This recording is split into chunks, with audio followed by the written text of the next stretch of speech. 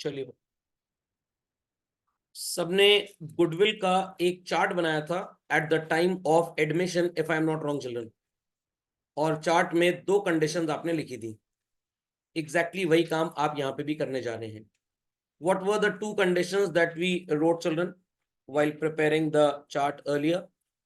Either goodwill exists, या आपको question बोलेगा goodwill does not exist। Khopde में बात गई।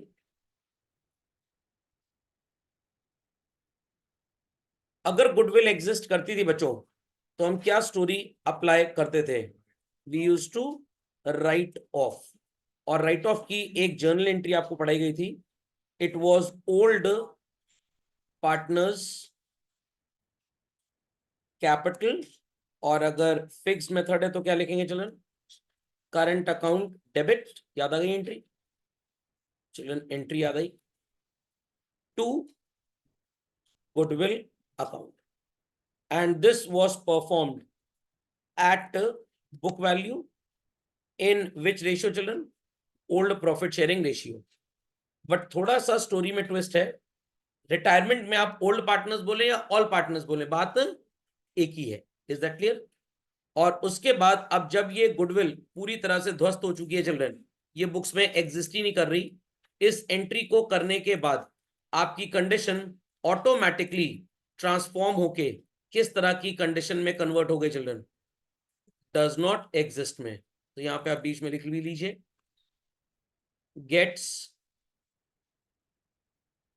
Transformed into which type of condition children? Goodwill does not exist। अब अगर आपको याद हो, एडमिशन में बड़े ढेर सारे केसेस पढ़े गए थे, वो पैसा या तो लाएगा गुडविल का या तो नहीं लाएगा। यहाँ पे वो कोई भी नाटक नहीं है बच्चों, कोई भी नाटक नहीं है। It is very very very easy, very easy children. आपको सिर्फ और सिर्फ करना क्या है? जब रिटायरिंग पार्टनर जा रहा है फॉर्म से, तो भैया अपना पैसा लेके जाएगा, छोड़ के तो नहीं जाएगा। अब बार बार उसको हर चीज के लिए अगर कैश दें तो it is highly inconvenient. I repeat, highly inconvenient.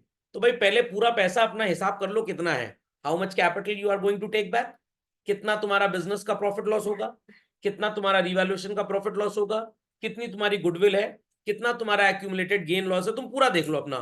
फिर एक साथ पूरा पैसा तुम्हारे मुंह पे मारेंगे। नहीं समझ में आई बात? मतलब तुमको दे देंगे। तो यहां पे आपको बस एक इकलौती एंट्री करनी है children, adjusting the share of retiring partner in firm's goodwill। तो सर इसकी क्या एंट्री होगी? एकदम आसान एंट्री है, एकदम आसान एंट्री। जब तक रिटायरिंग पार्टनर को पैसे मिल नहीं जाते बच्चों, ही इज अ क्रेडिटर और अ debtor. Very good, he is a creditor. कहेगा मेरा हिसाब कर दो, जब तक मेरे पैसे नहीं दोगे मैं फर्म का क्रेडिटर, और पैसे देंगे कौन चिल्ड्रन? जो फर्म में कंटिन्यू करेंगे। बट फर्म में कंटिन्यू करने वाले सारे के सारे पार्टनर्स बिल्कुल जिम्मेदार नहीं बनेंगे। Only those who happen to gain shall be held responsible. तो जिस पार्टनर ने कोई गेन ही नहीं किया, क्या हम उसको रिस्पॉन्सिबल ठहराएंगे? नो। तो भाई जो खटखट सुने वो दरवाजा खोले, जो गेन करे वही बेसिकली रीपे करेगा। वैल्यू कैसे कैलकुलेट होगी सर? आप बुक वैल्यू से कोई भी मतलब नहीं रखेंगे। यहाँ पे जो भी फर्म की गुडविल होगी चिल्ड्रन, उसको मल्टीप्लाई करेंगे विद द शेयर ऑफ जाने वाला पार्टनर। क्या बोलते हैं जाने वाले पार्टनर को? Retiring partner. And this will be divided in which ratio children? Gaining ratio. अब समझ में आया आपको क्यों मैंने बोला था होमवर्क करके आइएगा? क्योंकि अगर आपको गेनिंग रेशियो कैलकुलेट करना नहीं आता बच्चों, तो इस एंट्री का आंसर समझना मुश्किल ही नहीं, आपके लिए नामुमकिन हो जाएगा। So people understood, people understood. But शायद आपने अगर गेनिंग रेशियो के क्वेश्चन मन से किए हो, और अगर आपकी किस्मत अच्छी रही हो, तो आपको शायद ऐसा कोई क्वेश्चन मिला था क्या जिसमें गेनिंग रेशियो माइनस में आ रहा था? नो, बट ऐसा होगा। सैक्रिफाइस जब माइनस में आता था बच्चों, तो उसको क्या बोलते थे हम? गेन। और गेन जब माइनस में आएगा तो क्या बोलेंगे? सैक्रिफाइस। सर होगा क्या? अभी कंफ्यूज होने की जरूरत नहीं है, जो होगा मैं आपको बिल्कुल बता दूंगा। परेशान बिल्कुल मत होइए, बस 2 बातें याद रखनी है बच्चों। सबसे पहले अगर गुडविल एग्जिस्ट कर रही है तो आप क्या करेंगे, राइट ऑफ। राइट ऑफ करने के बाद condition got transformed into the condition of not exist, और यहां पे सिर्फ और सिर्फ एक इकलौती एंट्री पूरा खेल समाप्त कर देगी चिल्ड्रन। और किस चीज की वो एंट्री है, for adjusting the share of goodwill of the outgoing partner. Any doubts, many doubts in this children? सबको समझ में आ गया? तो समझ लीजिए ये गुडविल का यहाँ पे 99% कॉन्सेप्ट था। सिर्फ जब कोई पार्टनर का सैक्रिफाइस होगा तो क्या वो बेचारा भी गुडविल देगा? आई रिपीट, किसी का एक्सीडेंट हो गया, आप सो कॉल्ड उसके घर जा रहे हैं, तो क्या आप एक्सपेक्ट करेंगे वो आपको चाय नाश्ता कराएगा? नो, बेचारा खुद ही मूर्छित है। Is that understood? तो सर अगर कोई पार्टनर गेन कैलकुलेट करते समय माइनस में चला गया तो बच्चों वो गेन नहीं होगा, उसे क्या बोलेंगे, सैक्रिफाइस। वो सैक्रिफाइसिंग पार्टनर रिटायरिंग वाले को कुछ देगा नहीं बच्चों, आई रिपीट, कुछ देगा नहीं, उल्टा उनसे ले लेगा। तो यहां पे इस बात का जिक्र भी कर देते हैं बड़े अक्षरों में, चलन लिखिए, if gaining ratio results into a negative fraction, it means that the partner sacrifices instead of gaining. I repeat children, instead of gaining. खोपड़े में बात गई? तो सर यहां करेंगे क्या? कुछ नहीं, बड़ा आसान है, बड़ा आसान है, बड़ा आसान है। Under such a condition, the partner shall not be held liable towards the retiring partner. Rather, such sacrificing partner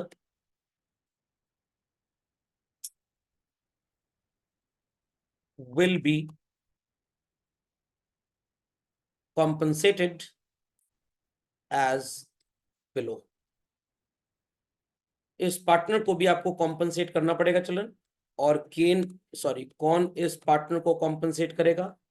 वही हमारा रिटायरिंग पार्टनर की तरह गेनिंग वाले इसको भी कॉम्पनसेट कर देंगे। तो जब तक बेचारे को कॉम्पनसेशन मिल नहीं जाता, ये sacrificing partner will be called as a creditor. I repeat children, will be called as a creditor. और जब तक ये पार्टनर्स जिनको गेन हुआ है उसे कॉम्पनसेशन दे नहीं देते children, will be called as debtors. तो आपकी एंट्री हो जाएगी, सैक्रिफाइसिंग पार्टनर को क्रेडिट करेंगे आप और गेनिंग पार्टनर को डेबिट कर देंगे। ये एंट्री शायद पढ़ी हुई है और आपको इसमें कुछ भी नया नहीं समझना है। याद आ गई सबको एंट्री? याद आ गई बच्चों? सर वैल्यू यहां पे क्या होगी, एकदम आसान है।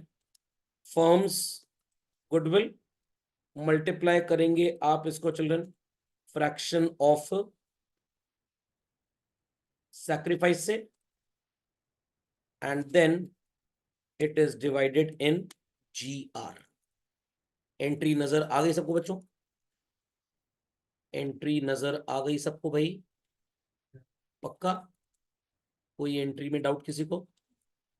बस गुडविल का बच्चों कुल इतना छोटा सा कॉन्सेप्ट था in the whole chapter called as retirement.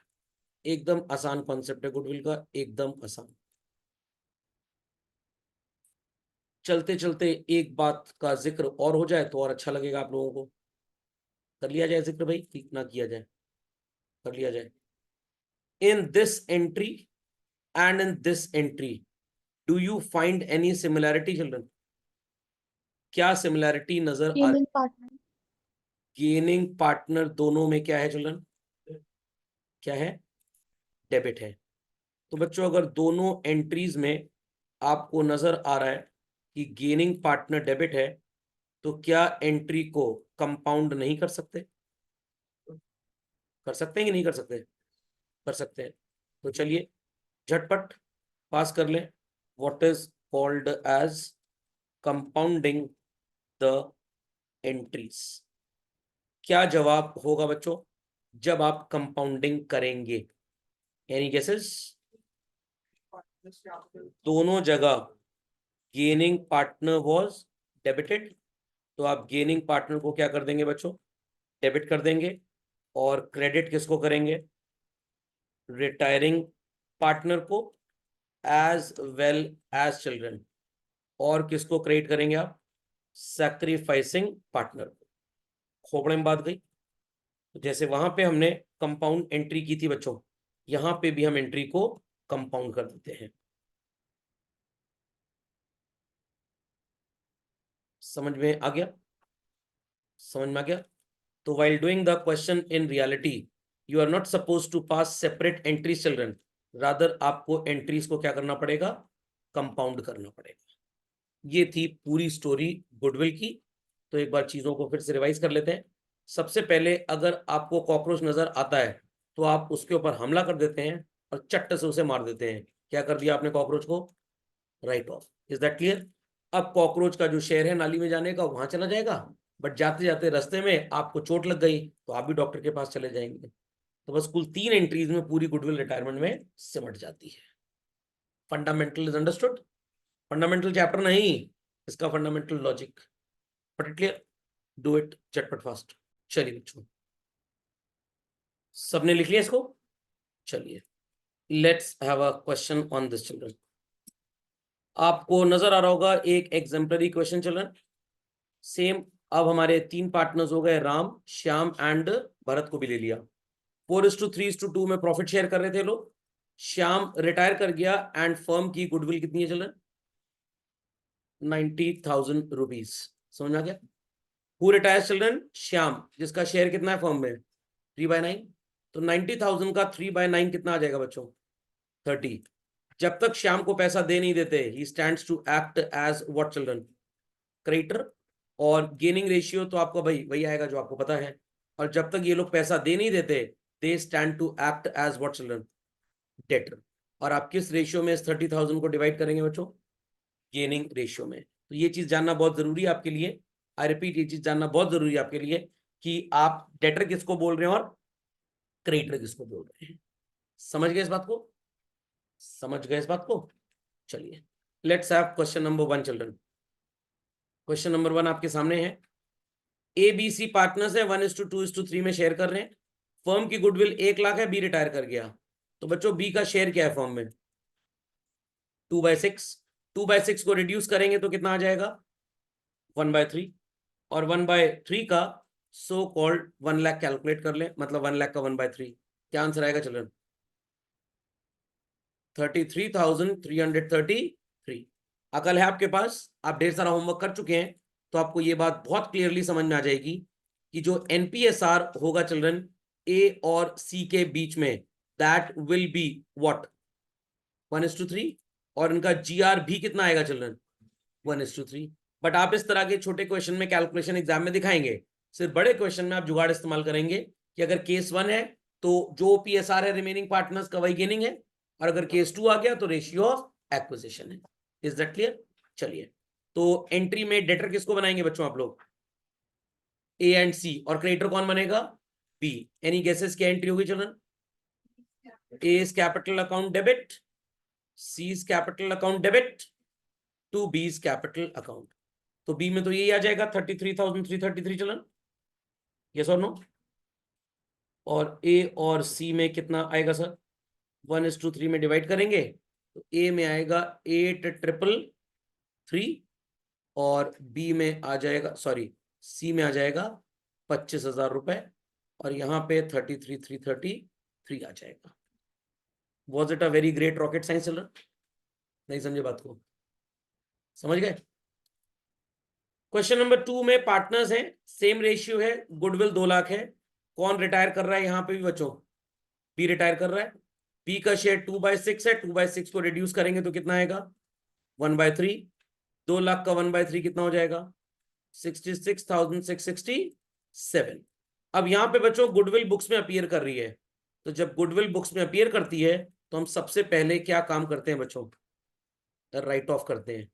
तो 85,000 को भी राइट ऑफ करना है, 75 को भी करना है और 120 को, और उसके बाद आपको शेयर ऑफ बी को एडजस्ट किस में करना है चिल्ड्रन, ए एंड सी में। कर लेंगे राइटिंग ऑफ की एंट्री।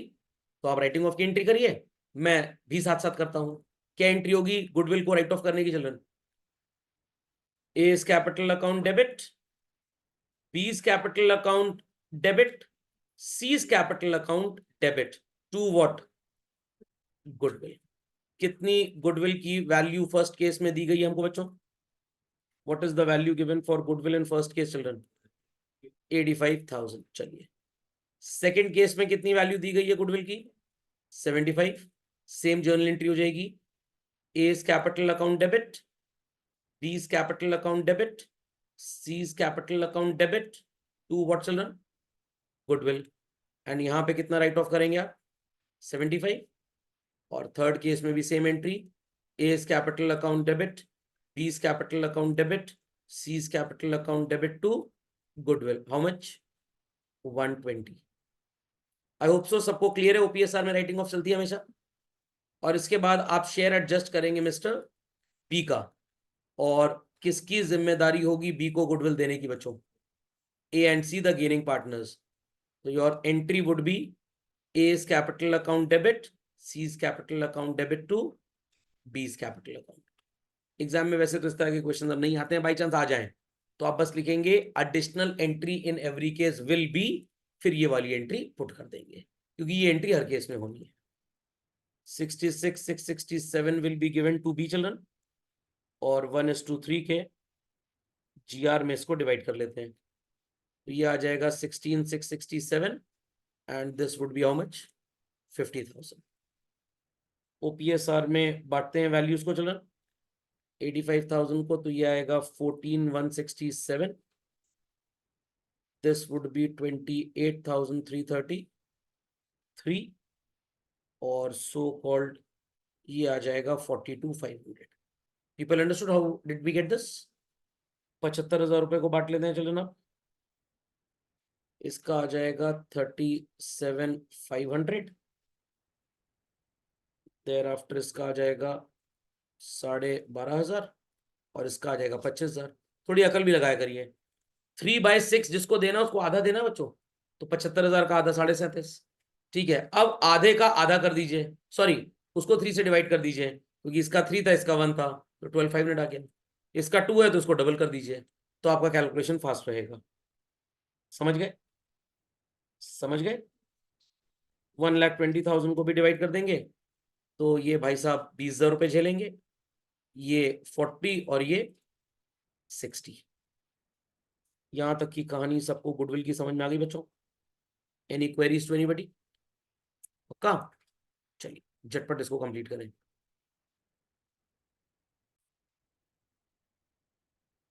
टीएसजी में चिल्ड्रन आपको क्वेश्चन नंबर 13 से लेकर सॉल्व करना है टिल 19, 13-19। किसी में भी अगर जीआर माइनस में है तो उस क्वेश्चन को बस आपको छोड़ना है। ओके, डीकेजी में चिल्ड्रन 7 से स्टार्ट करेंगे और करेंगे up till question number so called 10 solve है, बट कर लीजिएगा कोई बात नहीं। क्वेश्चन नंबर 11 तक चिल्ड्रन, 11 नहीं 10 तक बस। Understood this? क्या हो गया? डीकेजी में सो रहे थे क्या जब मार्क करवाया? 7 से लेकर 10 तक marked everybody? Marked everybody children?